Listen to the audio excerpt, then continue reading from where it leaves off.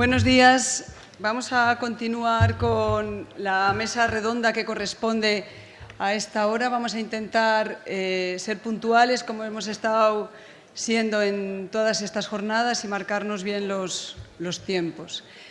Esta mesa redonda, que es la última mesa de estas jornadas antes de la conferencia de clausura, tiene la intención y el objetivo, y así se planificó y así se organizó cuando se pensó en lo que sería la programación de las cuartas jornadas del OCUT, en seguir siendo coherentes con el nuevo enfoque que plantean los ODS. Ese nuevo enfoque de mayor encuentro, una mayor participación, el poder convocar, escuchar y promover los espacios para que se puedan escuchar otras voces.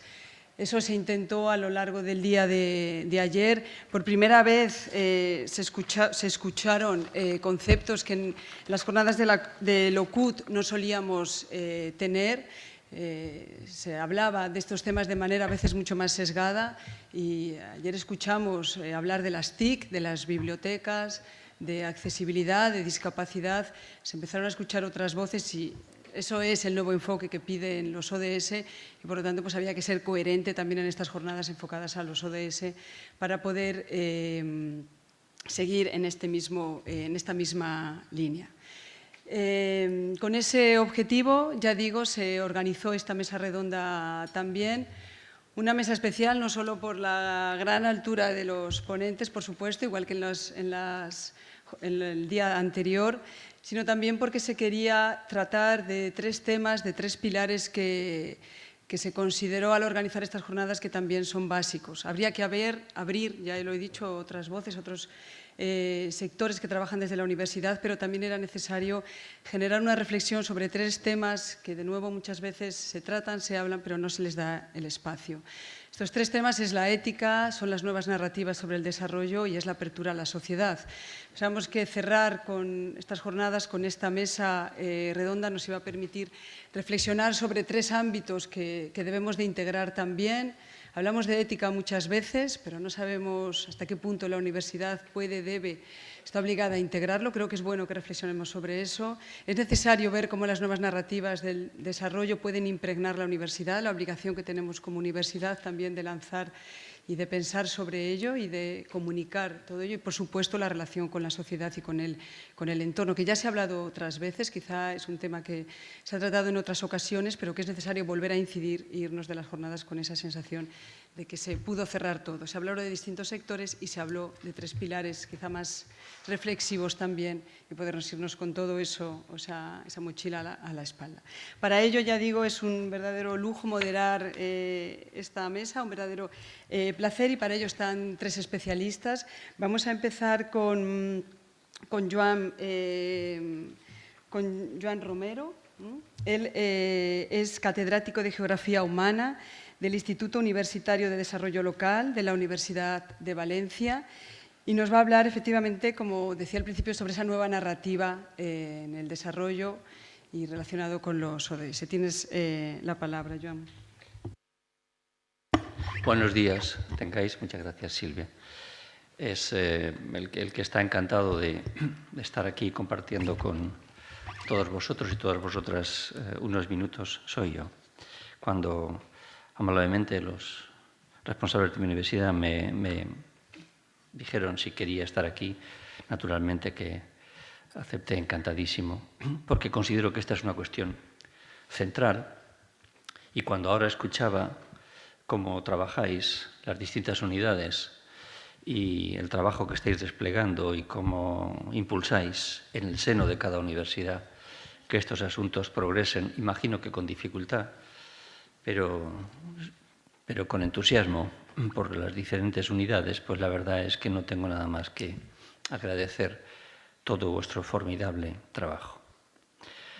Y en ese contexto, me vais a permitir que cambie un poco de escala. Yo he visto cómo estabais trabajando, conozco vuestra forma de borrador, el documento del que estabais hablando, conozco algunos trabajos previos que se han hecho sobre el balance que en materia de cooperación han hecho las universidades españolas, por ejemplo, el que me hizo llegar Chimo Revert hace unas semanas y, con vuestro permiso, yo voy a cambiar un poco de escala para, bueno, por si os fuera de utilidad.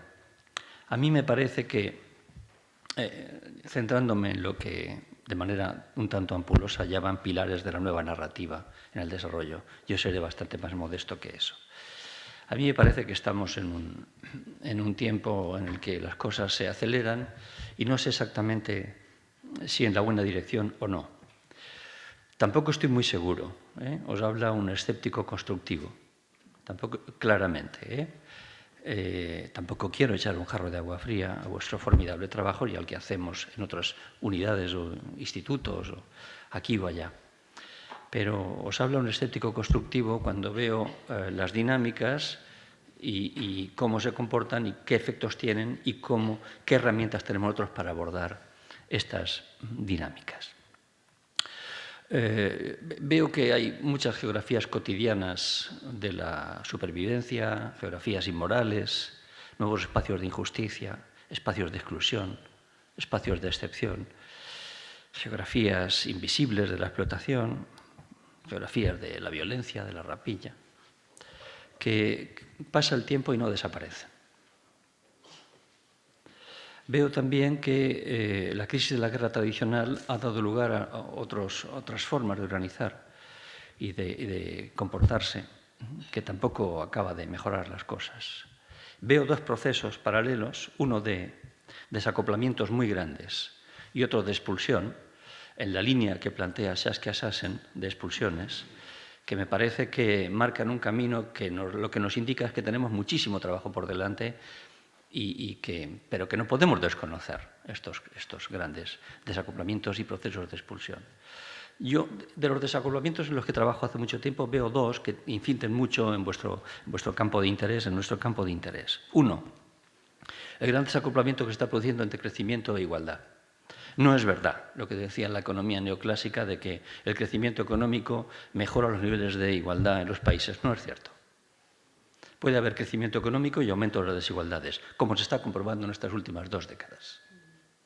Por tanto, aquí primero tenemos que trabajar en paradigmas y discutir lo que no nos parece claro, o al menos lo que debe ser discutido. Crecimiento no es sinónimo de mayores niveles de igualdad. Cualquier informe, no hace falta que os diga a lo que me refiero. Y este desacoplamiento me parece muy importante, como también el que se ha producido entre Estados y mercados, o el que se ha producido entre globalización, política o Estado y democracia. Y aquí luchamos contra gigantes. Por ejemplo, ayer, la gran concentración entre Bayer y Monsanto. O esta mañana, la noticia de que 4 grupos mundiales controlan el comercio mundial de semillas del planeta. Estos son gigantes. Esto afecta a millones de campesinos en el planeta, que están absolutamente a la intemperie. Estos procesos no los podemos eludir. Y en esos contextos tal vez tengamos que trabajar, pero no los podemos eludir.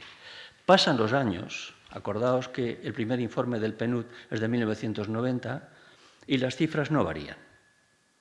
Las cifras de fondo no varían, porque no pueden variar. Porque hay una cifra maldita que son 800, 900, 1.000 millones de personas que pasan hambre. Y estos son los mismos que había en 1990. ¿Por qué? Porque crece la población y la cifra se mantiene. En fin, esto es, digamos, la primera idea. Por tanto, no estamos hablando de un problema humanitario o de la crisis de la ética global. No, estamos hablando de un problema de naturaleza política. Primera idea para mí. Segunda, hubo un tiempo en el que parece que las cosas se podrían haber mejorado. Al menos la comunidad internacional pensó que era el momento. Año 2000, cuando se aprobaron los Objetivos de Desarrollo del Milenio. Pero, como bien sabéis, después de 2000 vino el 2001, el atentado a las Torres Gemelas, y de nuevo volvió a cambiar la agenda geopolítica global. Y pasó a no ser prioritaria la agenda de sacar a millones, a centenares de millones, a miles tal vez de millones de personas de la pobreza, con una agenda ambiciosa que se pudo haber diseñado con recursos en el año 2000. Pasó el tiempo Y el balance que tenemos que hacer de los objetivos de desarrollo del milenio es discreto y heterogéneo. El balance no lo hago yo, lo dice Ban Ki-moon. Un balance discreto y heterogéneo, dice él, y es el presidente. En fin, demasiados conflictos ignorados, escasa implicación de la comunidad internacional, ahora agravada por la recesión, con los recortes que habéis sufrido, que hemos sufrido cada uno de nosotros en cualquier parte del rincón en el que trabajemos, con el mantenimiento de obstáculos externos que hace que los países afectados o concernidos tengan dificultades para progresar, externos por omisión o por comisión, y obstáculos internos, a los que me referiré brevemente, lo cual nos lleva, y esta era la segunda idea, a la consideración, a mi juicio, de que los objetivos de desarrollo del milenio eran una buena idea que luego no pudo ser desarrollada como tal vez sus inspiradores hubieran querido. Si es que había intención de hacerlo, que no lo sé. La tercera idea, que esta va al núcleo duro de lo que más a mí me perturba, como académico, como persona que está implicada en un máster de cooperación, que recibe cada año alumnos, que entra en contacto con otros colegas, debo deciros que me perturba. Es si realmente lo que estamos haciendo servirá para remover obstáculos profundos o no. No lo sé. Y debo decirlo aquí con toda honestidad, con toda humildad, pero con toda claridad. No lo sé. ¿Por qué un país rico en recursos naturales sigue ocupando los últimos lugares del programa de desarrollo humano año tras año? Porque los países son pobres y países ricos en recursos naturales. No es lo mismo Somalia que la República Democrática del Congo. No es lo mismo Somalia que Angola. No es lo mismo que Guinea, que vive en un mar de petróleo. ¿Por dónde empezar ahí? Porque el 90% de la población de estos países que son ricos en recursos naturales, naturalmente están al margen. Es las personas de las que nosotros nos ocupamos, también desde Occidente. Pero, ¿cómo se remueven estos obstáculos? Aquí yo soy muy partidario, pongo mucha atención en la escuela institucionalista. Yo creo, sinceramente, que el marco institucional es determinante y que es por donde habría que empezar. Pero también soy consciente de que eso son palabras muy grandes para posibilidades muy pequeñas que están en nuestras manos. Yo creo que el marco institucional, me refiero a la línea trazada por la escuela de Acemoglu y de Robinson en este libro, a mi juicio formidable, se llama ¿Por qué fracasan los países? Me refiero a eso, porque yo creo que ahí hay un camino. Lo que pasa es que está fuera de nuestro alcance, pero creo que este es el punto fundamental. Este es el punto fundamental que explica que cuando hay un desarrollo del marco institucional, una mejora del marco institucional, centenares de miles de personas o millones de personas salen de la pobreza en ese país. Y cuando esto no ocurre, aunque ese país sea rico en recursos naturales, la población sigue sumida en la más abyecta de las pobrezas y los procesos de exclusión. Esta es la clave. Pero claro, esto está fuera de nuestro alcance, pero no lo podemos eludir. Y digo esto porque lo retomaré al final, en el sentido de qué podemos hacer como universitarios para contribuir a que mejoren los marcos institucionales en los países concernidos a los cuales tenemos que prestar atención preferente en la formulación de nuestras iniciativas. ¿Hasta dónde podemos llegar nosotros? Porque creo que este es el pilar fundamental. Lo demás es lateral. Esto es nuclear. Bien, reformas institucionales, por tanto. ¿Qué hacer? Reformas institucionales, empoderamiento de los Estados, sin duda alguna. Mejorar todo lo que ayude a seguridad jurídica, regulación de contratos, estabilidad política, reducción de la corrupción. Todo esto es fundamental. La transición demográfica. ¿Qué podemos hacer? Aquí hay otro gran obstáculo. Os recuerdo, lo sabéis muy bien los que estáis aquí, que nuestro continente vecino, la brecha mayor que hay en el planeta entre norte y sur, la tenemos aquí a 2 horas en coche, entre Europa y África, os recuerdo que el otro continente duplicará su población a mitad de año, que se pondrán en 2.000 millones de habitantes. Aquí tenemos un reto geopolítico, demográfico, ambiental, económico y social de primerísima magnitud, porque ya sabemos que serán 2.000 millones y ahora escasamente son 1.000. En el continente más pobre del planeta, con menor desarrollo institucional, con mayores niveles de corrupción, con mayores dificultades para generar procesos, círculos virtuosos que permitan poner en marcha mecanismos, digamos, de inclusión. Porque son continentes enteros, en este caso, que están bajo el esquema básico que plantean Acemoglu y Robinson de élites políticas y económicas extractivas, con escasísimo desarrollo institucional. ¿Qué hacemos ahí? Por tanto, acelerar la transición demográfica es un gran objetivo para la cooperación. Acelerar la consecución de los objetivos, ahora de desarrollo sostenible, a los que me referiré, especialmente en ámbitos y sectores y grupos vulnerables muy concretos, especialmente en educación de las niñas. Como conocéis muchos de los que estáis aquí, a veces poner el lavabo para niñas en un colegio en una zona rural es más importante que grandes discursos. Lo sabéis los que estáis aquí, las que estáis aquí. Esto es, me parece a mí que es unir los grandes relatos con actuaciones concretas y específicas. Fortalecer programas de planificación de la familia. Abordar las consecuencias medioambientales del crecimiento urbano en los países pobres. Aquí se nos plantea otro reto importante. Sabéis que ya en el año 2000 la población de los países del sur ya es mayoritariamente urbana. Y sabéis que es muy difícil poner en marcha programas de cooperación en las grandes ciudades, en las periferias de las grandes ciudades. Hoy ya de 12, 14, 18, 22 millones de habitantes, de los cuales tal vez el 40, el 50, el 60% viven en lo que definimos como ciudad informal. ¿Por dónde empezamos ahí? ¿Por una calle? ¿Cambiando el alcantarillado? ¿Poniendo un punto de agua dulce? ¿Poniendo 15 casetas de baños para que las mujeres puedan salir, no tengan que quedar recluidas en su casa desde que se pone el sol hasta que sale por la mañana porque no pueden salir de su casa? ¿Por dónde empezamos en una gran aglomeración urbana periférica del ámbito informal en el que pueden vivir 300.000 habitantes?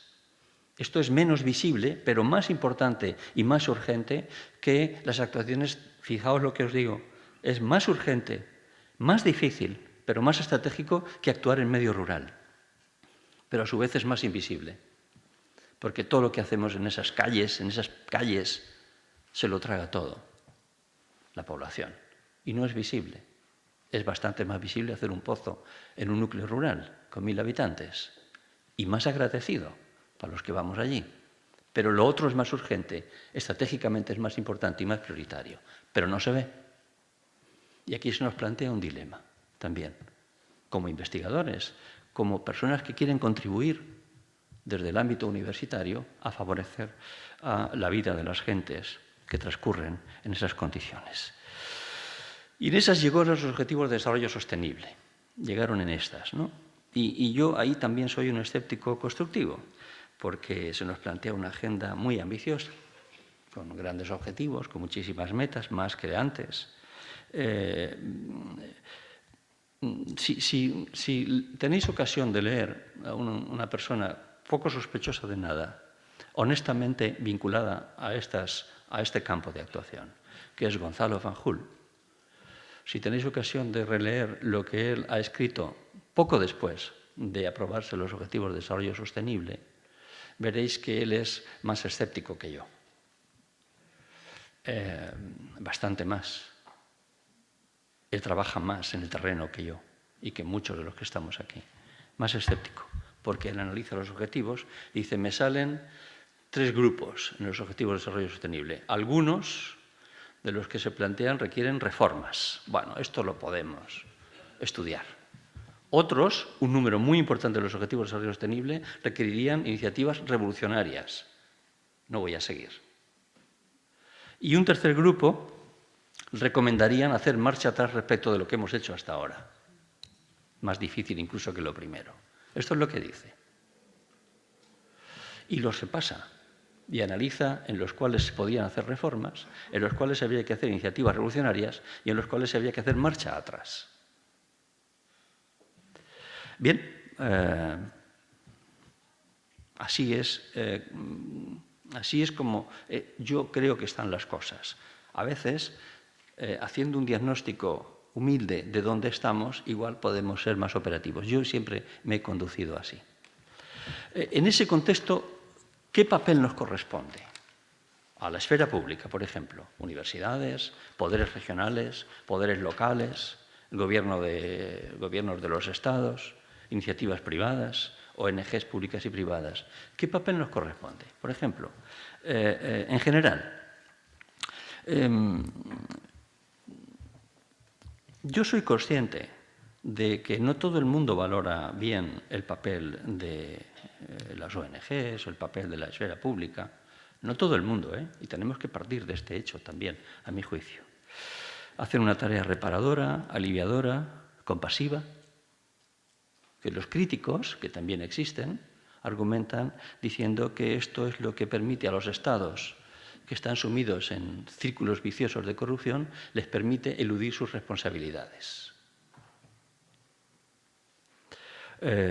Aliviar sin alterar el orden de las cosas, dicen los críticos, respecto del papel que hacemos. Sustituir a los estados, que además las políticas neoliberales que emanan del consenso de Washington se hicieron más pequeños por la vía de los recortes. Y ese espacio lo han ido ocupando las ONGs sin alterar el orden de las cosas y sin discutirlo, sencillamente dedicándose a aliviar. Bien, pero si no hiciéramos esto que hacemos, ¿quién lo haría? Siempre que discuto con los críticos, que los hay, en ámbitos académicos también, ¿no? Desde Richard Pitt a otros, ya sabéis. Y yo siempre discuto con ellos y les digo, ¿y quién se ocuparía de los nadies?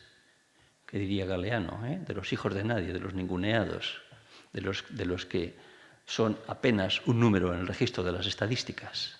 ¿Quién se ocuparía de ellos? Porque cuando yo veo las estadísticas y veo las valoraciones, veo que en las comunidades concernidas, en las comunidades afectadas, las instituciones mejor valoradas son las ONGs y las iglesias. Porque son los únicos que están allí. Porque son los únicos que ven. Porque son los únicos que hacen algo. Por tanto, yo sé que esta crítica existe, pero naturalmente, ya sé que sería mejor darles la caña de pescar y enseñarles a pescar que no darles un pez. Pero muchas veces en nuestras manos solo está darles un pez. Porque si esperamos a que haya grandes reformas del marco constitucional de un país, ya podemos esperar. Ya podemos esperar. Aunque yo sé que ese es el punto central, que mejoraría sustancialmente la vida de millones de personas en cada país en los que actuamos. Penúltima idea. ¿Dónde pondría yo la atención? En África. Si tenéis ocasión de discutirlo al menos, estratégicamente. Yo pondría la atención en África. Como europeos, digo, la pondría ahí. Porque ahí se nos va a plantear un problema ya, pero va a ser mucho mayor.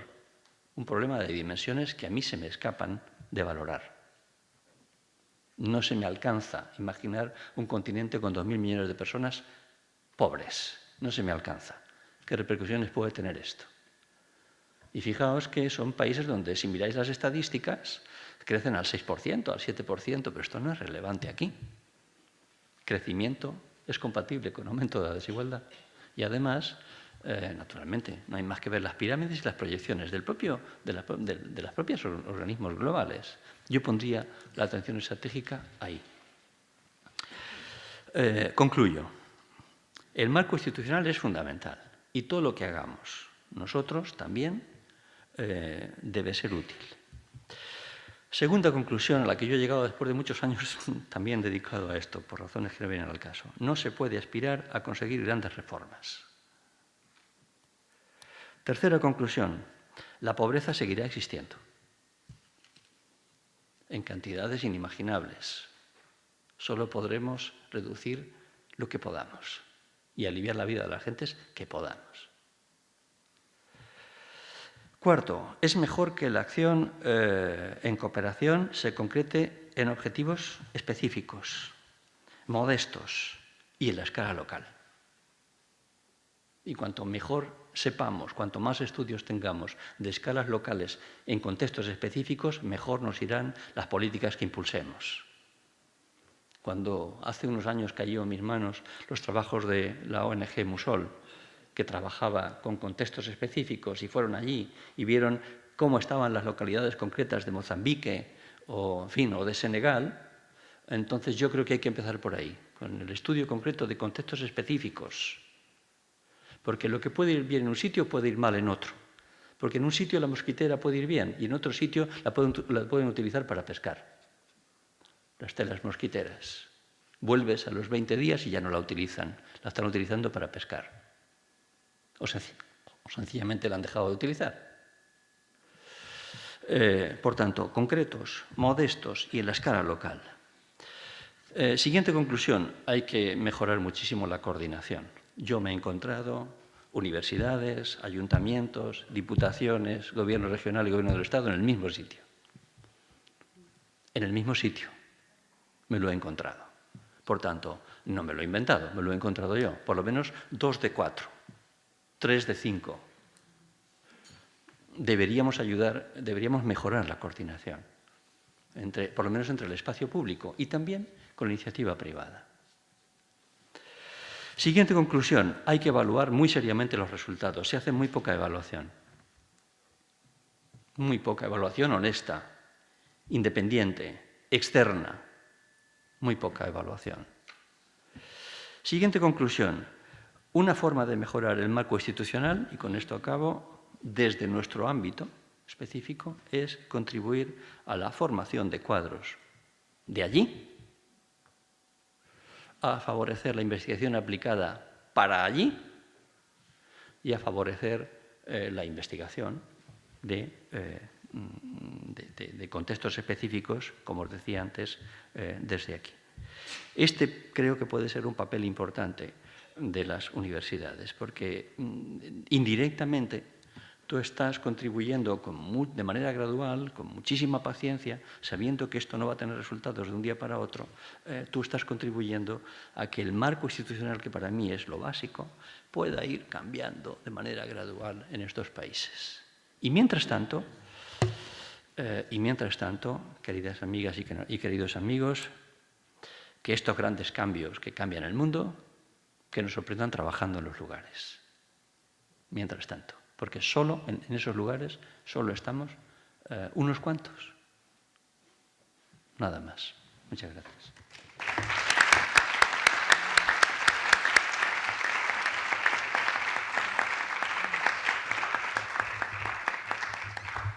Muchísimas gracias, Joan, por la lucidez del discurso, por devolvernos a la realidad muchas veces, a ese escepticismo también, pero también a esa posibilidad de construcción de realidades que nos ha comentado de manera tan tremendamente lúcida. Creo que son ideas que debemos de retomar. En la mesa anterior hablábamos de esa necesidad de reformar el SCUDE. Creo que son ideas desde alguien con la excelencia del ponente que deberíamos quizá de tener muy en cuenta. Muchísimas gracias.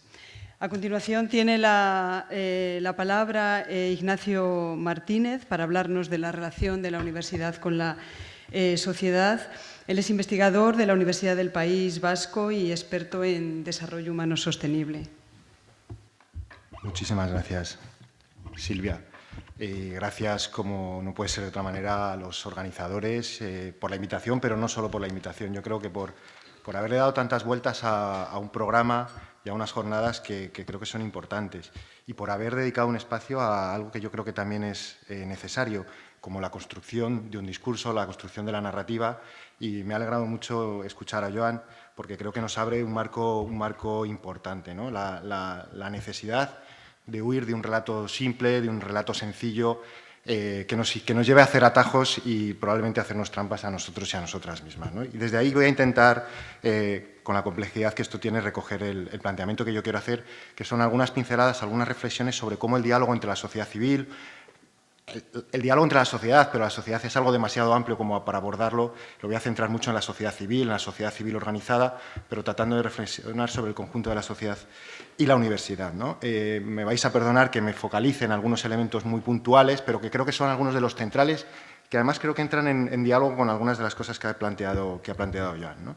Yo, como él, nunca lo había pensado, nunca me había descubierto así, pero creo que también soy un escéptico constructivo, o incluso un escéptico constructivista. Creo que desde el constructivismo podemos recoger y podemos replantear esta agenda, ¿no? Me parece que por eso creo que es tan relevante dedicar un tiempo a la narrativa, como se plantean en estas jornadas, porque creo que esta agenda, como otras muchas, pero cada vez más por las características del mundo en el que habitamos, se juega más en el terreno de lo narrativo, en el terreno de lo discursivo y en el terreno de lo simbólico.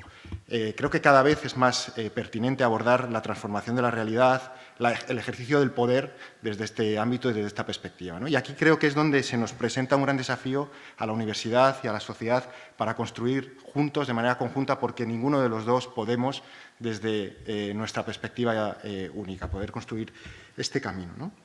Yo quiero partir desde no sé si una aclaración o desde un punto de partida, y es que probablemente esté de más decirlo, pero creo que conviene insistir en esta idea de que los ODS, a mí me gusta hablar de la Agenda 2030 o de la Agenda de Desarrollo Sostenible, porque la agenda es algo más que los ODS, pero en fin, los ODS no son una continuación de los ODM, ¿no? Estamos en un momento distinto, estamos en un momento radicalmente distinto en el que los procesos se han hecho más complejos, la realidad se ha hecho más compleja, el mundo se ha hecho todavía más complejo y nos presenta retos diferentes, mayores asimetrías de poder. Yo creo que estos contextos, estas geografías, estas desconexiones de las que nos hablaba Joan, creo que se están haciendo todavía más profundas. Las cifras cambian, las cifras no cambian, pero algunas sí cambian, incluso cambian para peor, ¿no? Pues el elemento de la desigualdad creo que es uno de los grandes desafíos, o el elemento de la sostenibilidad, ¿no? O sea, que si cambian, incluso a veces cambian para peor, ¿no? Y yo creo que tenemos que hacer una lectura en este sentido estratégica de la capacidad de interpretar el momento en el que estamos viviendo, la capacidad de interpretar los desafíos hasta los que nos enfrentamos, y lo que a mí me interesa de la agenda es en la medida que nos puede abrir un espacio de oportunidad para hacer una lectura compleja del mundo y nos ofrece un marco para hacer esta lectura compleja, ¿no? Y esto nos obliga probablemente a huir de esas narrativas sencillas en lógica de implementación de una serie de objetivos que se han puesto encima de la mesa. Creo que es importante hacer este ejercicio y creo que es importante dejar claro que esta es probablemente la principal tensión ante la que nos enfrentamos en esta agenda, ¿no? Cuando los compañeros en la mesa anterior han planteado el proceso a través del que se están proponiendo, o del que nos están proponiendo la reflexión, me ha gustado lo que contaba Manolo. Decía, nuestra tentación fue ver cómo desde la universidad podemos implementar los ODS, pero luego nos paramos a abrir un proceso de discusión, un proceso de diálogo, un proceso mucho más reflexivo, más reposado y mucho más rico, ¿no? Y creo que esta es la invitación que deberíamos hacer al conjunto de los actores en el marco de la nueva agenda. No volvernos locos con cumplir los objetivos, con implementar los objetivos, sino vamos a ver qué lectura política, porque creo que es una lectura que tenemos que hacer en el plano de lo político, y creo que Joan lo ha expresado con mucha claridad, y a partir de ahí sí ver cómo podemos desde los diferentes espacios contribuir al compromiso de la agenda, ¿no? Yo creo que ser capaces de hacer esa diferenciación entre la lectura a la que nos invitaban los ODM frente a esta lectura más política, más estratégica de esta agenda, creo que también partiendo de cierto escepticismo, como planteaba Joan, pero creo que podremos hacer o podemos contribuir a que esta agenda nos acerque o nos ayude a remover esos obstáculos profundos de los que nos hablaba Joan, ¿no? A realmente poder transformar algunos de los elementos, ¿no? Por lo tanto, creo que el éxito depende de la lectura que seamos capaces de hacer de esta agenda y de la narrativa que seamos capaces de construir, ¿no?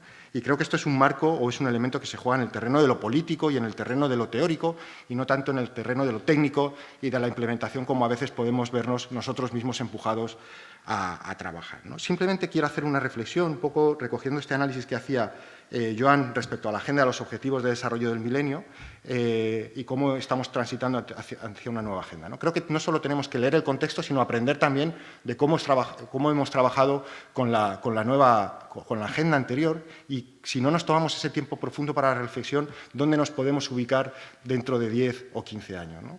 algunas de las lecturas, algunas de las aproximaciones hacia la nueva agenda consistían en hacer una lectura optimista de los ODM y, por lo tanto, nos invitaban a una lectura continuista en el marco de los ODS, ¿no? Por ejemplo, todas las personas que en términos absolutos, no en términos relativos, han salido de la pobreza, se atribuían al impacto directo de las políticas impulsadas en el marco de los Objetivos de Desarrollo del Milenio, cuando seguramente hay otras muchas explicaciones que tienen más que ver con esa evolución o con ese cambio en las geografías de la pobreza, ¿no? Como el crecimiento de países como China y la India, que han conseguido sacar de la pobreza a muchas personas, en mayor medida que el impulso de los ODM, pero con otras consecuencias en términos de equidad, en términos de sostenibilidad, etcétera, ¿no? Si no hacemos una lectura compleja de cuáles son los procesos, probablemente nos veamos en una situación similar dentro de 10 años, ¿no? Por lo tanto, yo invito a hacer una lectura profunda, estratégica, crítica y, sobre todo, compartida entre sociedad y academia, entre sociedad y universidad, en el marco de la nueva agenda, ¿no? Y yo situaría 3 elementos o 3 ejes para esta reflexión. El primero tiene que ver, ya lo he adelantado, con huir de esa tentación o de esa tensión hacia la implementación o hacia una lógica orientada hacia la acción sin la reflexión, ¿no? Yo creo que se está produciendo una narrativa ya respecto a los ODS o varias narrativas que están en tensión y en conflicto, pero que empieza a emerger una narrativa ganadora o una narrativa dominante, que en el fondo simplifica todo el proceso de reflexión, todo el proceso de diálogo que ha habido en el marco de preparación de esta agenda y que nos vuelve a situar paradójicamente en ese escenario que parecía que habíamos superado, que es el de los ODM Plus o el de continuación de los ODM, ¿no?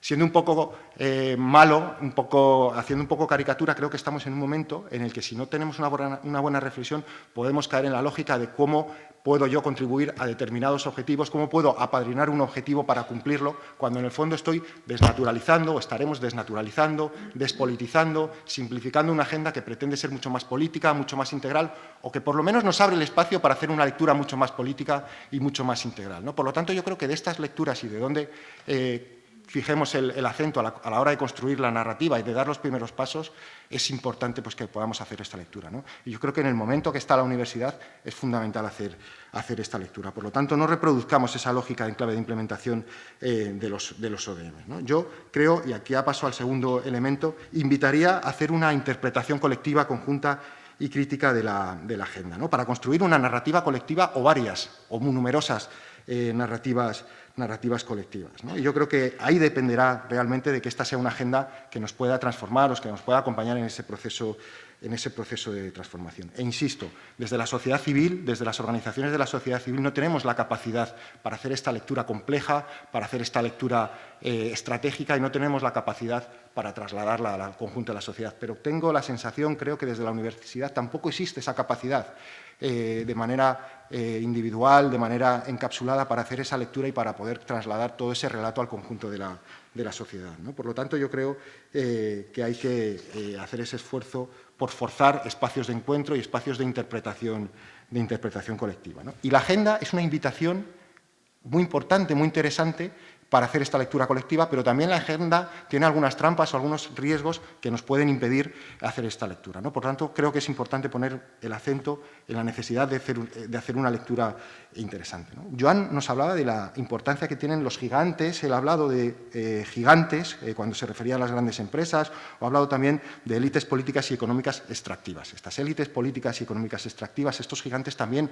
han estado en el marco de preparación, de discusión de la nueva agenda. También han influido en los límites que ha tenido este proceso de configuración, y, por lo tanto, las diferentes visiones que se han aproximado en la configuración de esta agenda han tenido mucho impacto, mucha importancia en la agenda finalmente resultante, ¿no? Yo creo, no quiero dejar un mensaje de pesimismo planteando que esta es una agenda mala, porque realmente no creo que sea una agenda mala, pero tampoco quiero pecar de optimismo diciendo que es una agenda buena. Creo que esta agenda no es ni buena ni mala. Es buena en la medida que sepamos hacer una lectura positiva, estratégica de la agenda, y que consigamos ampliarla como espacio de acción y como espacio político, y es mala en la medida que nos restrinja ese espacio y que solo sepamos capaces de verla en clave tecnocrática, ¿no? Por lo tanto, yo creo que es importante poner algunos acentos en esa lectura de la agenda. La agenda tiene importantes contradicciones, lo planteaba Joan cuando hacía referencia al análisis de Gonzalo, ¿no? Claro que tiene elementos que nos invitan a la revolución, elementos que nos invitan a la reforma, pero incluso elementos que nos invitan a seguir mirando hacia otro lado y a seguir con el business as usual como si aquí no pasara nada. Nos habla de crecimiento económico, también nos habla de desvincular el crecimiento económico de la desigualdad, como si eso fuera algo posible, como si eso fuera algo que la tecnología o la técnica nos pudieran ofrecer, ¿no? Por lo tanto, tiene absolutas contradicciones, pero tiene también incoherencias. Es una agenda que nos habla de abrir procesos de liberalización comercial al tiempo que nos habla también de promover canales cortos de comercialización, ¿no? Las dos cosas no son posibles y esto es una agenda que nos invita a hacer una lectura estratégica sobre qué objetivos, desde el punto de vista de la integralidad, se fortalecen unos a otros, pero que también nos invita a hacer una lectura en clave de análisis más político sobre las contradicciones, las incoherencias, y creo que este análisis tiene que estar presente también en el relato que hagamos sobre la agenda, ¿no? Yo creo que es fundamental no acercarnos desde una perspectiva ingenua, como que todo lo que hay en la agenda nos ayuda a un mundo mejor, a conseguir un mundo mejor o un mundo más justo. En el marco de la agenda, en la interpretación de la agenda, habrá que optar y habrá elementos de conflicto.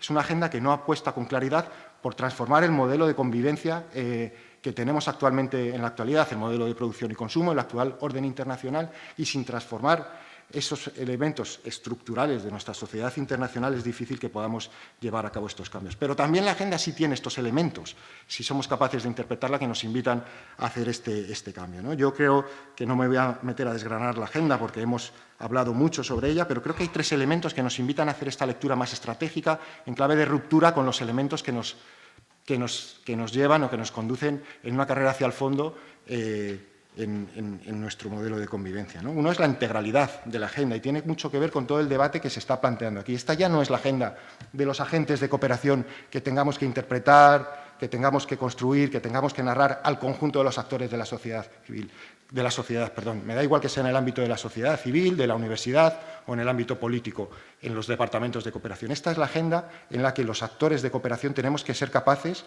de actuar de palanca política para que el resto del conjunto de los actores asuman una agenda como propia.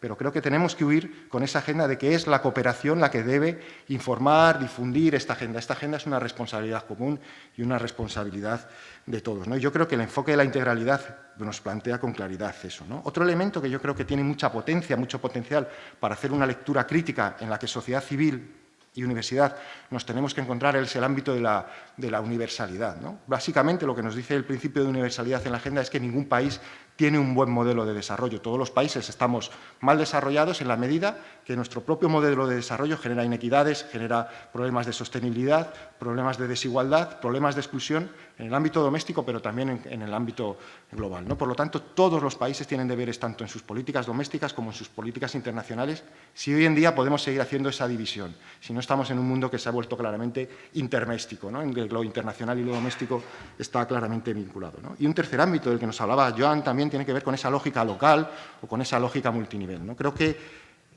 también hay una llamada para hacer una lectura diferente respecto a que desde lo local tenemos que aportar nuestro valor añadido en el ámbito de la agenda. Yo creo que ya no estamos en ese contexto, estamos en una agenda claramente de gobernanza multinivel y desde lo local tenemos que asumir nuestras responsabilidades en materia de gobernanza global y de respuesta a los problemas del desarrollo, ¿no? Y sobre esos ejes yo creo que hay un potencial tremendo para construir una narrativa más política probablemente, más teórica y menos técnica y menos basada en la implementación de 17 objetivos que, por supuesto, habrá que centrarse también en ello y habrá que ver cómo aterrizamos todo esto. Tampoco quiero ser excesivamente teórico, excesivamente ambiguo ni alejado de la realidad, porque claro que creo que aquí es importante centrarnos, ¿no? Y creo que la universidad y la sociedad tenemos un diálogo fundamental para hacer ese vínculo que planteaba Joan entre aplicar soluciones locales, pero que no estén descontextualizadas y no estén desvinculadas de un análisis de economía política del desarrollo, porque si no, las respuestas locales aplicadas al ámbito local poca capacidad de transformación tendrán, ¿no? Y creo que se comentaba esta mañana en una de las intervenciones que ya tenemos un documento cerrado, ya tenemos un proceso cerrado y ahora hay que implementar. Y creo que también hay que huir de esa lectura y tenemos que aprovechar el momento de oportunidad que se abre porque la agenda no está cerrada. Tenemos un marco global en la agenda en el que se han diseñado, se han identificado una serie de indicadores, pero ahora hay que hacer los aterrizajes nacionales y los aterrizajes locales en la agenda. Y esto, una vez más, no es un ejercicio técnico de cómo adaptamos la agenda a nuestro contexto más cercano. Aquí hay un ejercicio y un diálogo político en el que, insisto una vez más, el diálogo entre la sociedad y la universidad es fundamental. No tiene nada que ver que nos centremos en una batería de indicadores de naturaleza más política y más transformadora, que nos centremos en una batería de indicadores que son mucho más técnicos o que desarticulan algunos de los debates que ha habido detrás de la aproximación a esos indicadores. Por ejemplo, el indicador de la desigualdad es un indicador fundamental. No tiene nada que ver que identifiquemos el índice de Gini o el índice de Palma o que identifiquemos el nivel de vida del 40% más pobre de la población, ¿no? Por ejemplo. Ahí hay un debate teórico, un debate político que se tiene que jugar en el terreno del conocimiento y en el terreno del diálogo entre universidad y sociedad, ¿no? Y hay algunos elementos, algunos espacios que se están poniendo en marcha, como Futuro en Común, por ejemplo, en el ámbito de la sociedad civil española, del que también participan algunas de las organizaciones, de las universidades que están aquí, ¿no? Por lo tanto, yo creo que ahí tenemos un proceso importante, ¿no? Huir de esa lectura en clave de implementación, hacer una buena construcción y una buena narrativa y entender de la agenda y entender que el proceso de seguimiento de la agenda es un proceso fundamental y es un proceso que también forma parte de la ampliación de la agenda y para hacer de ella un terreno más evidente, ¿no?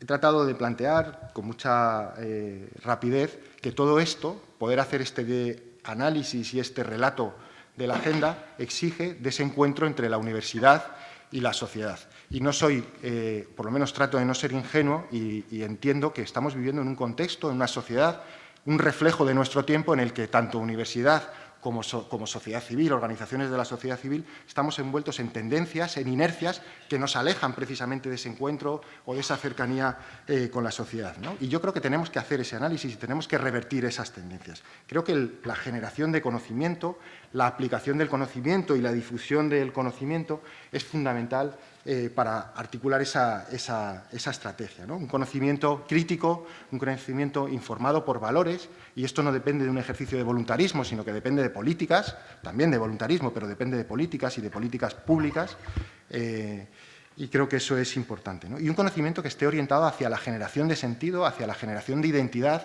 respecto a esa idea de cosmopolitismo y de ciudadanía global en la que los valores no estén generados desde una lógica del nacionalismo metodológico o no se expliquen por una vinculación a un determinado territorio, ¿no? Sino generar o que apostar hacia generación de identidad colectiva. Bien, creo que hay algunos elementos que nos impiden o que nos alejan de este encuentro entre universidad y sociedad, ¿no? Y yo creo que debemos romperlos, debemos analizarlos y debemos tenerlos muy claros, ¿no? Ese aislamiento en el que un actor y otro se ha enmarcado, ¿no? Tiene que ver con el ensimismamiento y con hacer más porosas las fronteras entre la universidad y la sociedad. Yo creo que necesitamos perfiles más heterodoxos, necesitamos reivindicar la figura del académico activista o de la académica activista, y esto nos impide o nos obliga a tomar decisiones personales, por ejemplo, revelándonos frente al modelo de acreditación, al sistema de promoción del profesorado, a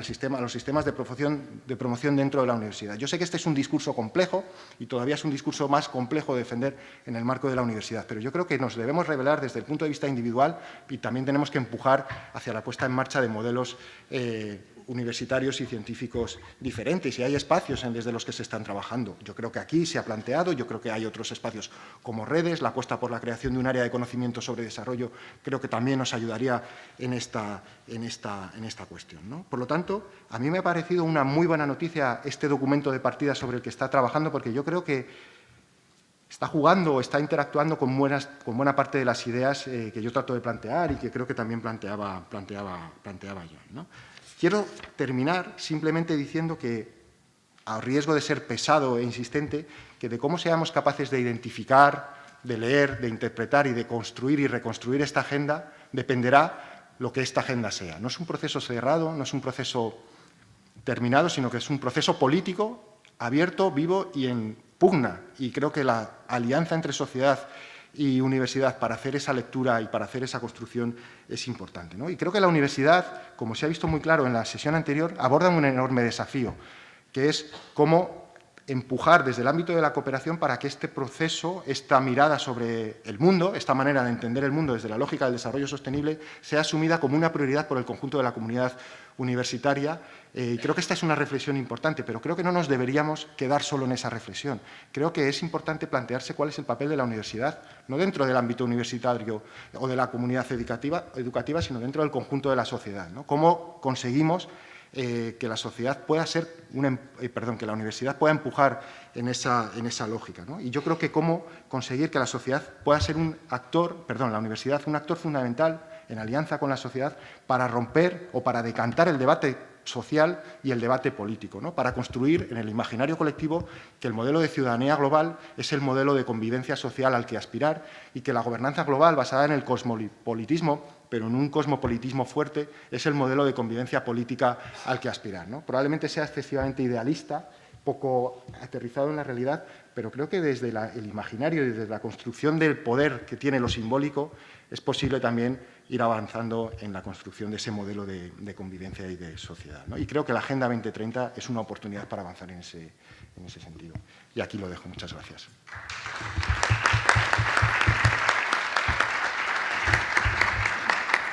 Muchísimas gracias, Nacho, por tu excelente contribución, como siempre. Gracias por recordarnos. Yo creo que la agenda está abierta y que es un marco sobre el que todavía hay que reflexionar mucho, sobre el que no tenemos que obsesionarnos en implementar muchas veces, sino quizás más en reflexionar. Y gracias por recordar esos conceptos, ¿no?, de lo colectivo, de volver a lo local, igual también que hacía Joan. Gracias por esa contribución que creo que de nuevo deberemos de tener en cuenta en la elaboración de nuestra propia estrategia. Muchísimas gracias, como siempre, Nacho.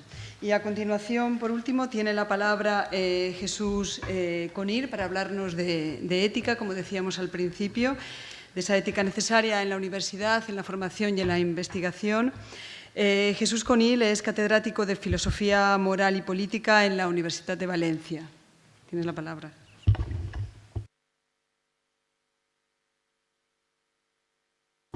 Muchas gracias, Silvia, por la presentación, por la animación. También quiero agradecer a los organizadores, de modo especial a Chimo Revert, la invitación a participar en estas jornadas donde uno se siente, a pesar de las dificultades en las que vamos a insistir, también animado a contribuir en todo un proyecto, en una agenda que es lo más importante para nuestro mundo, la transformación de nuestro mundo, para ver si podemos mejorarlo, si lo podemos dejar un poco mejor de lo que lo hemos encontrado, que es muy difícil, como se está viendo. Y lamentablemente, en mi caso, también voy a incidir en las dificultades, porque solo partiendo de las dificultades es como podremos afrontar las cosas como es debido. También me complace el compartir la mesa con amigos como Joan, con Ignacio, y la presencia, no puedo dejar de decirlo, de mi queridísimo David Crocker, que va a tener la conferencia de clausura en estas jornadas, lo cual también me satisface muchísimo. La tarea que me han propuesto es que hablemos de una perspectiva. Como bien ha dicho Ignacio, hay una lectura compleja de nuestro mundo. Hemos escuchado las intervenciones fecundas, ricas y fecundas de Joan en sentido político y también estratégico-político de Ignacio. Y a mí me toca aportar otra faceta, que es la faceta de la perspectiva ética. Y lo primero que hay que decir es qué quiere decir esto de ética.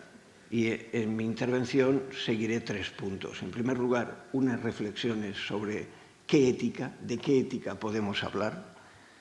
En segundo lugar, incidiré en una perspectiva ética que está en el trasfondo y en la animación de la Agenda 2030, 2030 y en todos los objetivos. Y también en este punto hay que aludir al magisterio de nuestro amigo Goulet y al magisterio de David Crocker y todo el grupo, por si luego no da tiempo, todo el grupo de la Asociación IDEA, la Asociación Internacional de Ética del Desarrollo Humano. Y ahí hay una configuración, una construcción de ética del desarrollo humano que lleva ya bastantes años, ¿verdad? Se celebró en Costa Rica a los 25 años, ¿no? Es decir, y en tercer lugar, algunas indicaciones modestas como participante universitario, teniendo en cuenta algunas intervenciones que ya ha habido esta mañana, por las que podía operativizarse esta cuestión que se dice en el lema. Dice, ya estamos en la agenda, pero ¿la agenda está en nosotros? Esta sería la tercera parte. ¿Cómo operativizamos la agenda? Porque sí, estamos en la declaración, pero estamos en la realización. ¿Cómo realizamos la agenda? Y esto es lo que habéis dicho de una manera muy también operativa en muchas intervenciones y, por lo tanto, modestamente, pues intervendré en estas tres vertientes que acabo de enumerar. En primer lugar, ¿de qué ética se trata?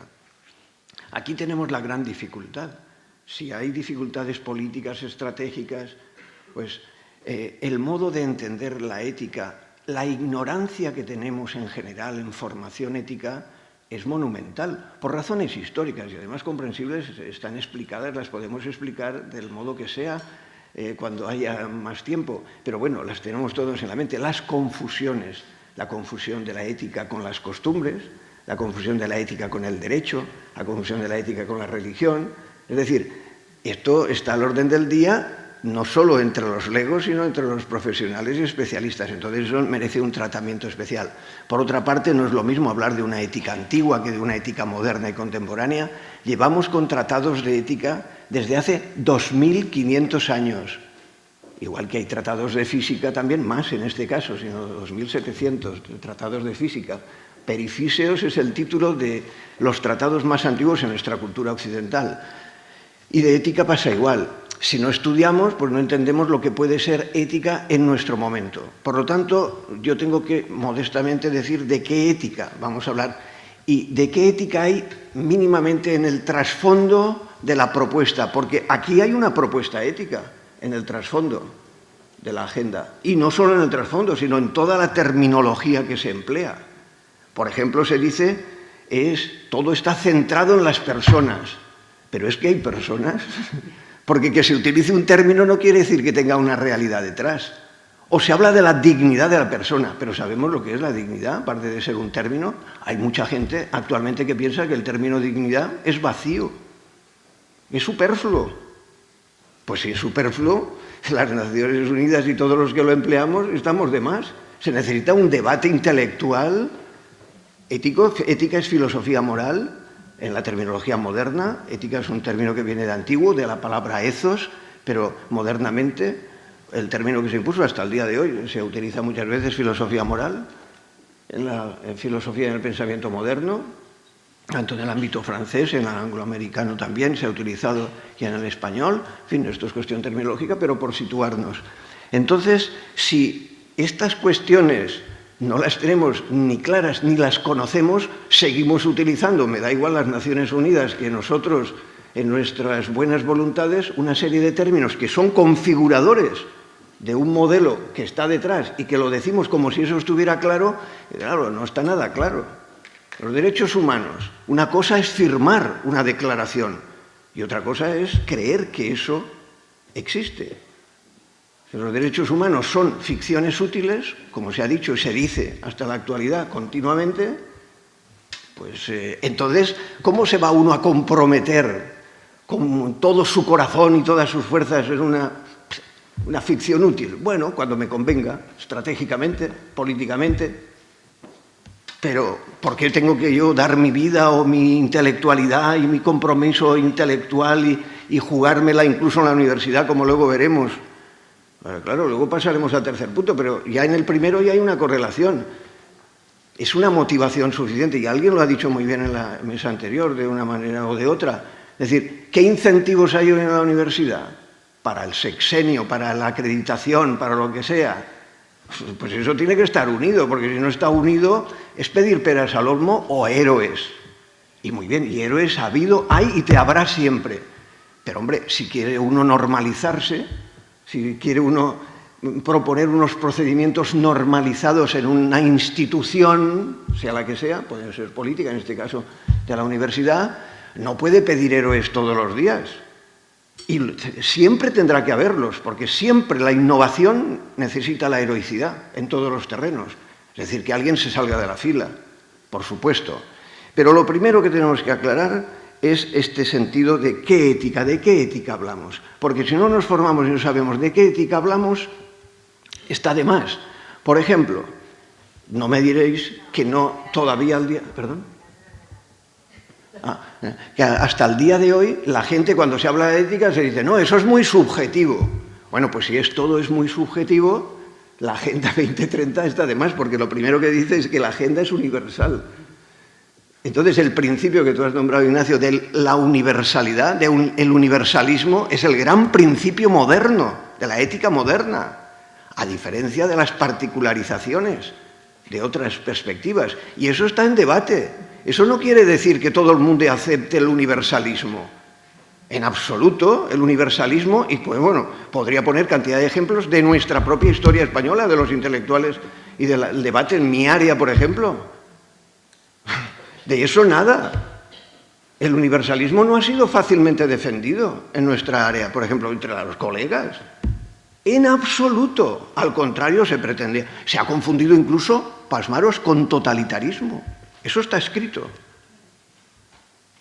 Entonces, o debatimos en serio, o hablamos en serio, o si no, y creo que este contexto es, y vuestros grupos sois, hay que felicitaros porque trabajáis en serio, y por eso yo lo planteo así. Porque es que si no, para quedar bien, pues bueno, para quedar bien suelta uno, ¿verdad? Pero creo que todos los que estamos aquí no venimos ni hablamos para quedar bien, sino para contribuir modestamente, quizá con errores, los míos los primeros, pero para que las cosas de verdad vayan en una dirección, porque por lo menos nosotros sí optamos por una línea. Pero tenemos que saber que es una propuesta. ¿Por qué? Porque lo que hoy hay ni siquiera es pluralismo en el sentido técnico, sino, como dijo muy bien Max Weber, hace mucho tiempo, un siglo, lo que tenemos es politeísmo axiológico. Politeísmo axiológico. Cada cual tiene su Dios, ¿verdad?, axiológico. Igual que hablamos de politeísmo en el ámbito religioso, hay un politeísmo en el ámbito ético, en el ámbito social, en nuestros valores. Si de verdad eso es la realidad, hemos de partir de ahí. Y hemos de partir de ahí en el debate intelectual. Y por lo tanto, tenemos que saber de qué ética estamos hablando, sabiendo que esa concepción ética es una posibilidad que para nosotros, yo estoy dispuesto a defenderla donde sea con razones, evidentemente. Creo que en este punto Adela Cortina ha hecho una labor extraordinaria. Y además, porque ha sido una de las defensoras del universalismo desde cuando no estaba de moda. Ahí te quiero ver, con razones, y otras personas. Pero en nuestro contexto, ya que estamos en Valencia, creo que hay que decirlo. Y aunque fuera en otro lugar, pero en Valencia más. Entonces, por ejemplo, en su último libro, ¿para qué sirve realmente la ética? Que le sacaremos fruto en un momento posterior. En uno de los puntos porque nos atañe. Por ejemplo, ya porque avanza el tiempo, lo voy a decir. ¿Cómo se puede llevar adelante eso? Aunque esté entrecruzando las perspectivas, pero formando, y entramos en el tercer punto, formando profesionales, porque no es lo mismo formar técnicos. En alguna intervención antes se ha dicho la palabra, ¿verdad? No sé si ha sido Ignacio o alguna. No es lo mismo formar técnicos que formar profesionales. Esto tiene una larga historia. Ha habido una crítica de las ideologías que ya puso de relieve en los clásicos del XIX y en los clásicos del XX en este punto, la teoría crítica, que muchos de nosotros en nuestro grupo hemos llevado adelante con todo tipo de estudios. O, por ejemplo, en Apple o en Habermas, especialmente, pues se ha ido, porque todo esto hay una teoría que muy bien conoce David, que compartimos, ¿verdad?, en todo este punto de vista, pues que ha hecho una crítica de la presunta neutralidad axiológica. La técnica y la mentalidad tecnicista implanta un gran principio, y es que el conocimiento no implica valores, sino que está exento de valores. Esto es lo que se llamó la exención de valores del conocimiento, y en el conocimiento científico y de manera especial en el conocimiento técnico. Bueno, eso es un debate a muerte, por así decir. Entonces, hay que hacer ver, y esta es otra de las contribuciones de la ética contemporánea, que lo que entresaca son los presupuestos axiológicos ineludibles de toda actividad, también de la actividad científica y de la actividad tecnológica especialmente, porque es interventora en la realidad. Por lo tanto, no basta, como se ha dicho, la razón instrumental.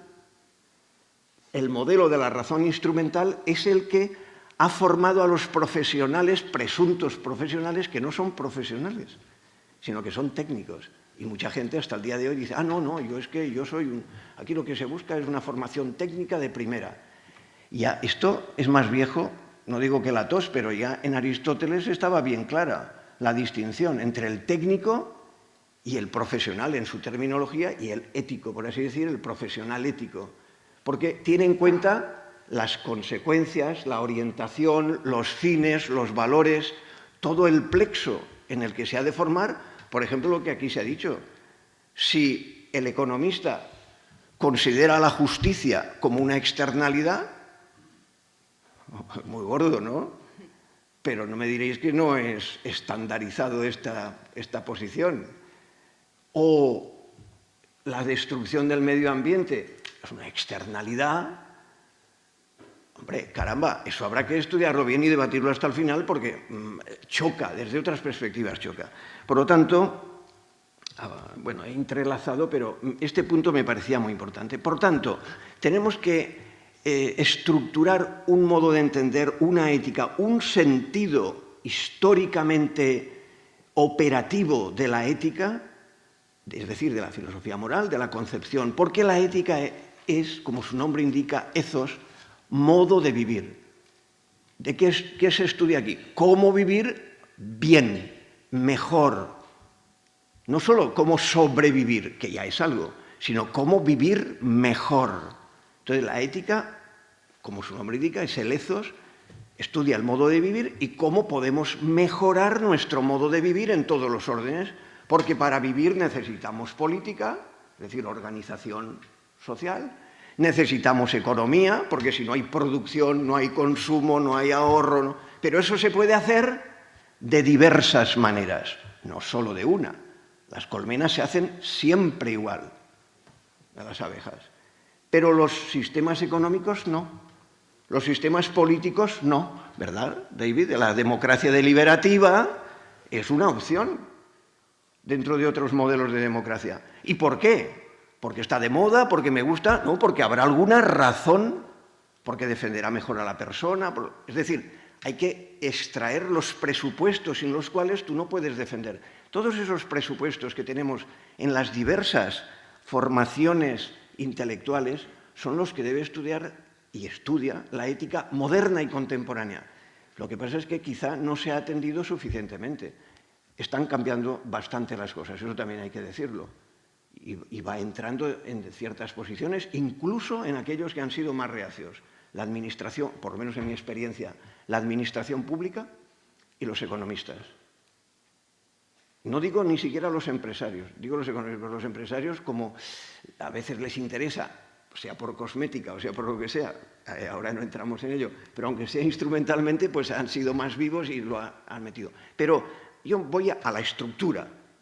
Como ha salido aquí en las dos intervenciones anteriores, estamos pensando a nivel profundo, estructural. Hay que cambiar y transformar la mentalidad.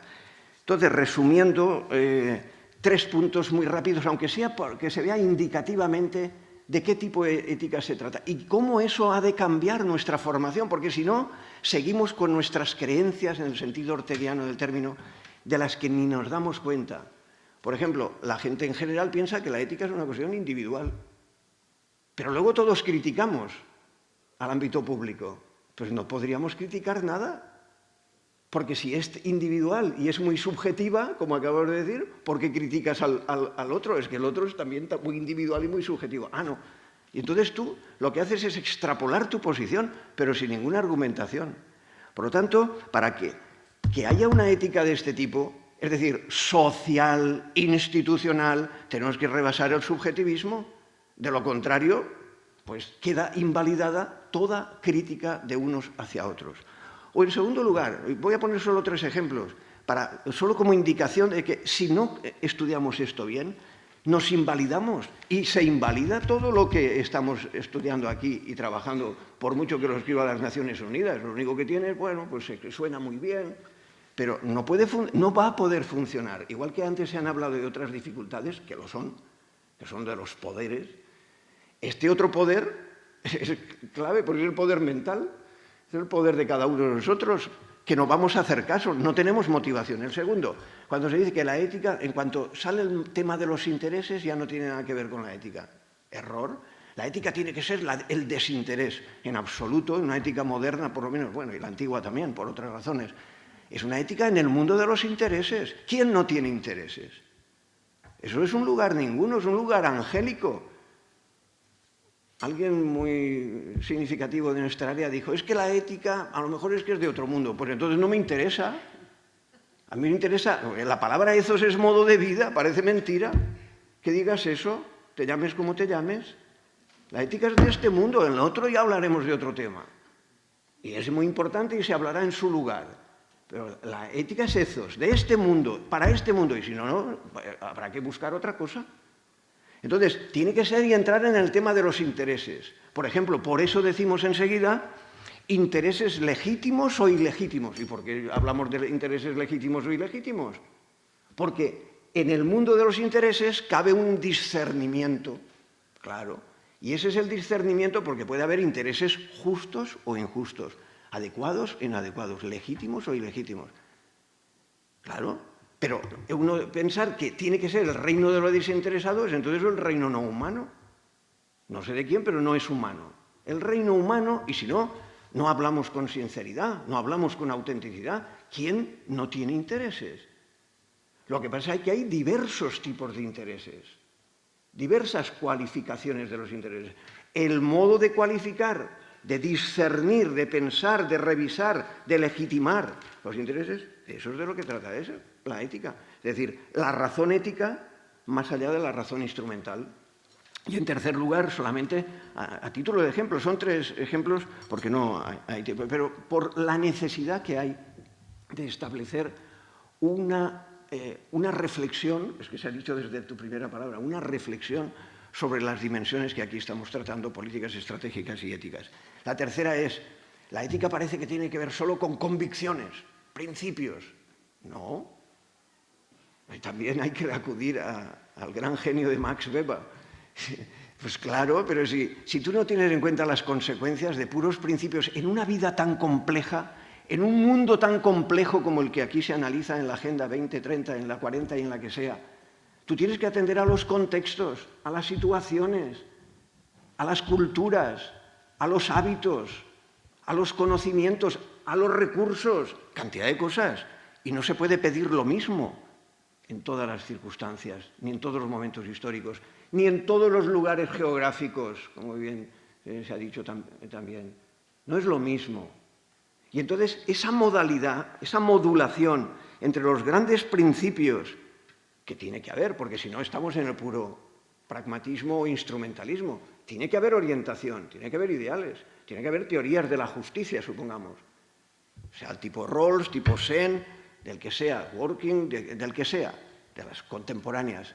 Pero luego eso hay que modularlo, hay que contextualizarlo, hay que situarlo, hay que canalizarlo. Y por tanto, calculando las consecuencias, los presupuestos, los riesgos y toda la complejidad de lo real. Eso son las éticas aplicadas. Eso serían las éticas aplicadas y por eso de ahí han salido la bioética o lo que sea. Segundo punto, aunque sea rápidamente.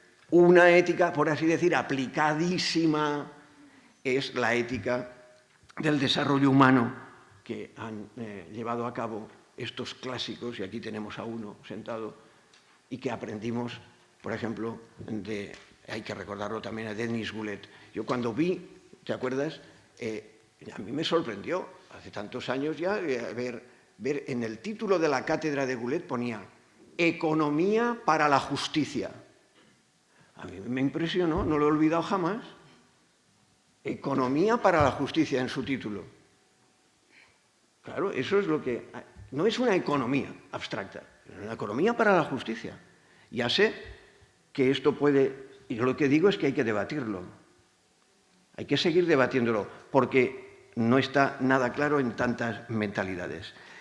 Entonces, como ya se acaba el tiempo, solo quería en este segundo punto aludir a la ética del desarrollo humano, porque me parece que es fundamental, e insistir en su interdisciplinariedad. Ellos sí se han tomado en serio la interdisciplinariedad. Entonces, en política, en economía, en derecho, en relaciones internacionales, uniendo todas las ciencias. Qué difícil es trabajar con otros compañeros que a veces no sabemos ni lo que hacemos en la propia universidad. La interdisciplinariedad es muy difícil.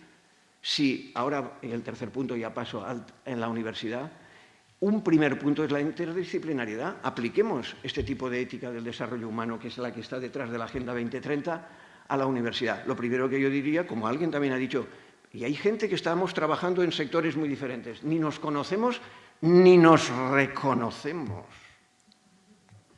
Ya no sé qué es peor.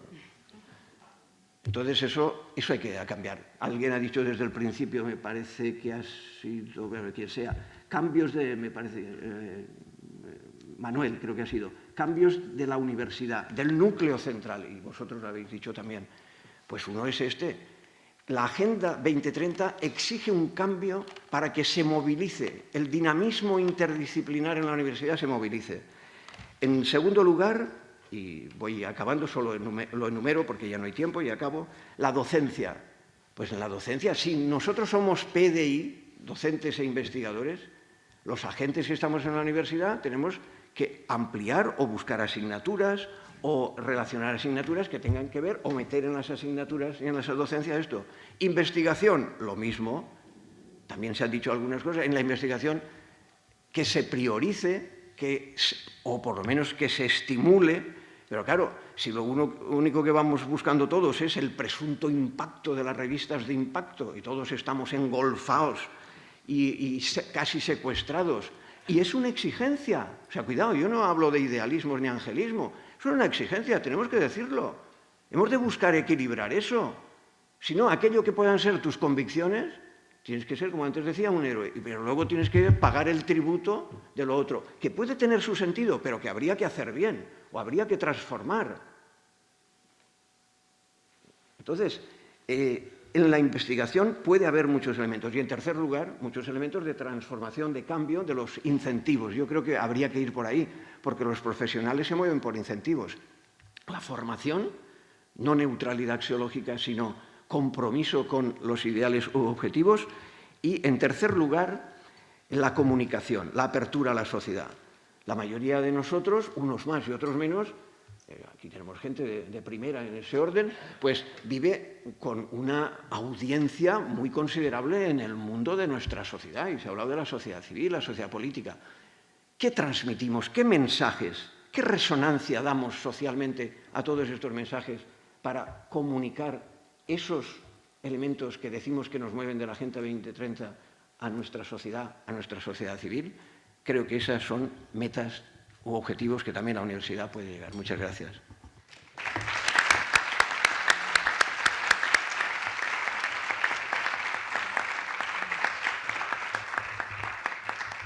Muchísimas gracias, muy sinceras, por empaparnos de todo esto, de este etos, ¿no? De esta forma, de estos modos de vida en los que tenemos que reflexionar muchas veces y que, por supuesto, los que trabajamos en cooperación al desarrollo debemos de empaparnos, ¿no? Creo que nos podemos quedar con esa idea de lo importante que es pensar en las consecuencias, ¿no? Que ha insistido muchísimo Jesús y que nos debe de suponer un vendaval a la hora de tomar decisiones desde el trabajo que tenemos. En realidad, escuchando a los tres, pensaba que desde luego seríamos un fracaso de universidad o seríamos un fracaso como universidades si no consiguiéramos conseguir la transformación, ¿no? ¿La transformación hacia dónde? Pues hacia ese mundo mejor o hacia esa forma de vida, hacia esa mejora de la calidad de vida que tanto ansiamos, ¿no? Creo que han sido pues tres reflexiones brutales en ese sentido, de que no fracasemos como universidad en transmitir todo esto. Tenemos muy poco tiempo, pero merece la pena ver la posibilidad de que haya preguntas para los tres ponentes. Por lo tanto, ahora es el turno del del debate también, si alguien quiere hacer alguna pregunta, algún comentario, apoyar alguna idea o rebatir alguna idea también.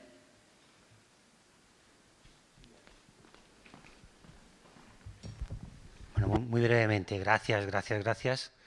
Y lo siguiente es, en una duda que se me plantea, en un mundo, yo encantado con el debate y podríamos estar horas y horas y horas, pero en un mundo donde las TIC, entre comillas, nos invaden y nos abordan, ¿cómo podemos permearnos ahí, entrar ahí, para poder calar todos estos conceptos o todas estas ideas y que de alguna manera lleguen a la gente más joven, ¿no? Que es donde está el futuro y donde yo creo que está el motor de cambio, ¿no?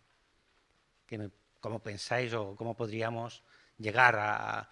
Hemos hablado del PDI, pero cómo podemos llegar a los estudiantes, pero de verdad, de calado de verdad, y que el futuro cambie porque serán ellos quienes lo cambien, ¿no? Quizás soy el menos indicado porque no tengo teléfono móvil, porque, en fin, por eso confieso mi analfabetismo o como se llame al respecto. O sea que seguro que mis compañeros podrán decir algo más. Pero bueno, supongo que habrá que buscar entrar en las redes, por lo que yo veo y me cuentan los amigos, y aquella gente, quizá los que mejor se muevan, hablando en serio, porque hay gente que se mueve. Por ejemplo, nuestros becarios son magníficos. Claro. Y entonces quizá estas personas son magníficos y se mueven estupendamente, y gente joven. Entonces lo que nosotros podemos hacer es transmitir ese impulso, o en mi caso, que soy un ignorante total, pero sí que moverles y a través de decirles, oye, esto, como tú dices muy bien, Ángel, esto hay que hacerlo a través de las redes, y entonces hacemos un contenido adaptado, ahí ya podemos los que somos más inútiles intervenir, y que ellos lo hagan como en tantas otras cosas nos ayudan para las cuestiones de las aplicaciones informáticas. Ayer brevemente, antes de ayer, salió una noticia en el Diario Vasco del presidente de Médicos Sin Fronteras, un tema que no tiene ahora lugar, y yo pocas veces tuiteo cosas, ¿no? Y de pronto dije, estoy totalmente de acuerdo, lo voy a tuitear. Y de pronto es la primera vez en mi vida que he recibido montones de...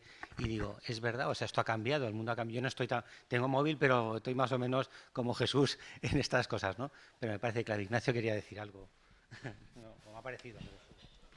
Yo, una pequeña reflexión. No sé si tengo una respuesta, pero ni siquiera es un tema sobre el que yo haya reflexionado mucho, pero más desde la práctica o desde la praxis sí me veo identificado, ¿no? Yo creo que no podríamos entender, por ejemplo, qué ha pasado en el mundo en los últimos 10, no sé cuántos años sin esta revolución. Por ejemplo, la revolución de la primavera árabe, el 15M. Está claro que tiene un potencial de transformación social que yo creo que no podemos dejar pasar y no podemos desaprovechar. Pero creo que también tiene un efecto contradictorio, un efecto complejo, y es de la simplificación de la comunicación y la simplificación del lenguaje, ¿no? Y yo creo que en el ámbito del desarrollo, en el que se cruzan temas tan complejos y que nos exige una narrativa compleja, podemos caer en el riesgo de la simplificación, ¿no? Y no nos puede ayudar en esa lectura, la lectura más amplia y estratégica, podría ser, por ejemplo, un gran aliado en esa comunicación fácil y sencilla de los objetivos, como 17 objetivos. Entonces, yo creo que por lo menos tenerlo en la reflexión, que no siempre ayuda y que la comunicación fácil y cercana no siempre ayuda, es muy importante. Pero también es verdad que yo ahora mismo, no sé, probablemente estamos aquí unas 100 personas. Está muy bien, pero ahora mismo pongo un tuit de lo que está ocurriendo aquí. Yo soy no un analfabeto, pero un don nadie en Twitter, pero tengo 500 seguidores. Pues seguramente puedo llegar a más gente. Entonces yo creo que ahí tenemos un desafío tremendo entre cómo utilizar este medio sin simplificar la realidad, ¿no? Y cómo vincularlo con la generación de sentido, ¿no? Que lo que le contemos a la gente se vea reconocida en ello, ¿no? Y es algo que desde el desarrollo no hemos hecho. Y aquí no quiero extenderme mucho, pero, por ejemplo, lo que ha pasado en España en torno al 15M, todo lo que tiene que ver con la movilización social, no hemos conseguido construir o meter el relato del internacionalismo y del desarrollo sostenible y de los derechos humanos en ese relato, ¿no? Y yo creo que es alguna reflexión que sí que hay que hacer.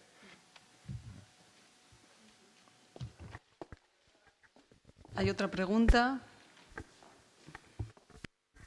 Buenos días. Agradecer a los tres ponentes, me han parecido magníficos, pero quería yo represento a los estudiantes y especialmente desde la Facultad de Farmacia, desde ADINU Valencia Solidaria. Sí que es verdad, según ha dicho Joan Romero, que me parece que ha hablado con mucha claridad y poniendo las cosas muy claras, que hay que actuar, también hay que comunicar y hay que conocer los problemas, especialmente en África, que nos afecta más directamente y que es un problema grande. Y sí que se le puede llegar a los estudiantes muy fácilmente. Primero escuchando lo que necesitan, lo que piden. Y son muy colaboradores y quieren muchas cosas cambiarlas porque no les gustan y no están funcionando. Entonces, escucharles, por supuesto, estar en las redes sociales es importante, eso es obvio, pero aparte de eso, desde la universidad, desde el profesorado, escuchar lo que quieren. Tienen demandas muy claras. Quizás no las exigen como se exigían hace unos años, ¿no? Pero sí que están pidiendo cosas y pidiendo cambios. Nosotros mismos tenemos un proyecto para empezar el 15 de enero en África y es totalmente voluntario. O sea, no reciben ayuda, no reciben nada y quieren actuar. Y quieren actuar como ha dicho Joan. Empezando ya a ponerse las pilas, empezando a trabajar y buscando soluciones a los problemas que hay en la calle. O sea, que es lo efectivo. Aquí se habla mucho, es muy interesante, es muy importante conocer los problemas que hay, cómo se pueden solucionar y los objetivos, cómo se van a llevar a cabo. Pero es que hay gente jóvenes, estudiantes de la Universidad de Valencia, que están en ello y no han recibido la ayuda y el apoyo que deberían de haber recibido. Nada más, gracias. Gracias por el comentario. ¿Alguna pregunta más? Pues entonces un café, efectivamente. Muchísimas gracias a los ponentes.